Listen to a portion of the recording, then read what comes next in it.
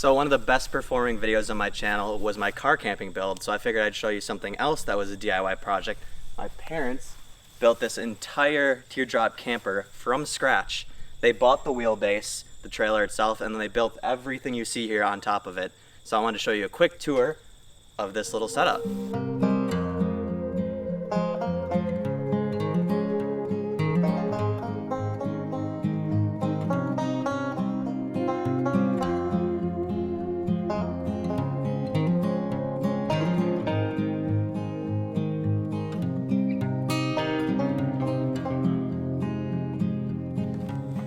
So this is the master designer, my mom, who is behind the whole thing and design and all of this. My dad also helped, who you will see here in a second.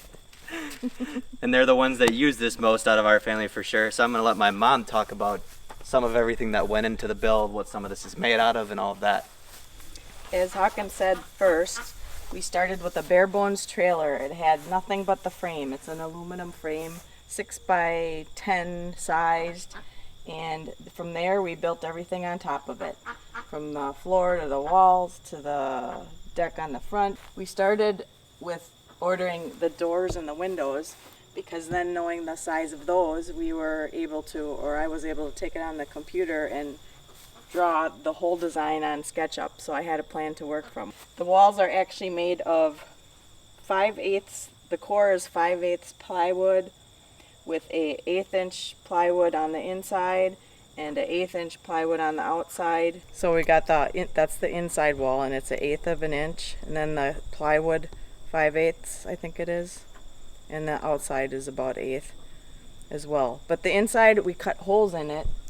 There's like a big hole in here in the core, and here, and up here there's one. Anywhere there's dead space like this, and that was just so we could conserve weight, so it wasn't overly heavy. Then on top of the outside piece of plywood, we put this, which is simply painter's canvas drop cloth, and we applied it with Tight Bond 2 glue, kind of watered down, and we put it on with like paint rollers and then went over it with paint, and that basically waterproofed it. And then on top of that, you see this fine paint job here, which we added, and this is just a good brand exterior paint. And I went a step further and did the fun design on it and stuff, but it could just be a solid color too. Now we're up here at the front of the trailer. This is just a hitch that hooks onto our truck when we want to pull this thing. And then there's a box mounted on here with some storage and electricals. So on top of the teardrop camper, there's a solar panel. I think it's 100 watts, Yep. which helps power all of the electric and stuff like that. And then there's some of the brains and stuff inside of here, and there's some more inside the camper, which we'll show you in a bit. So what is in here, Mom? In here is, just like you said, it's storage / where we keep the battery and the components that go around the battery.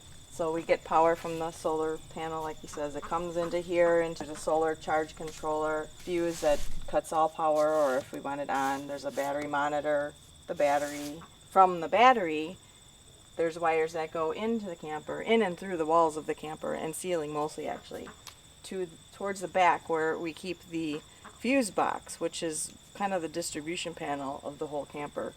All right, we are now at the back of the camper, and this is my favorite part by far. It's the prettiest, I would say, and really functional for them to use when they're out camping. So you open the back up like this, and you have the whole kitchen set up. So tell us about the kitchen, Dad. Well, the most important part is this awesome cooler, which pulls out. Get a full-size cooler for your refrigerated stuff, potential freezer stuff. Okay, next is the stove, which runs on propane. Then we have our sink faucet, which runs on a water tank behind here. Do you know how many gallons that tank is? And maybe 10-gallon tank. 10-gallon tank. Plenty of storage. How can open that one up? When these open up, lights go on. There's also lights underneath here. The other thing I wanted to ask you is, what about gray water after you actually use it? What do you do for that? How do you do that, Krista? You tell it. Well, it depends on if we're on the road and we need a container. It goes into this small water tank under the sink. And if we're set up at a campsite, we will just let it drain right through the floor. There's a hole, the hose connects And we'll put a bucket underneath and then empty it. So lastly, I just came from the other side of the camper and opened the door on this side, and this is what the interior looks like. So I'll let Mom explain some of the features of the interior. Well, hello.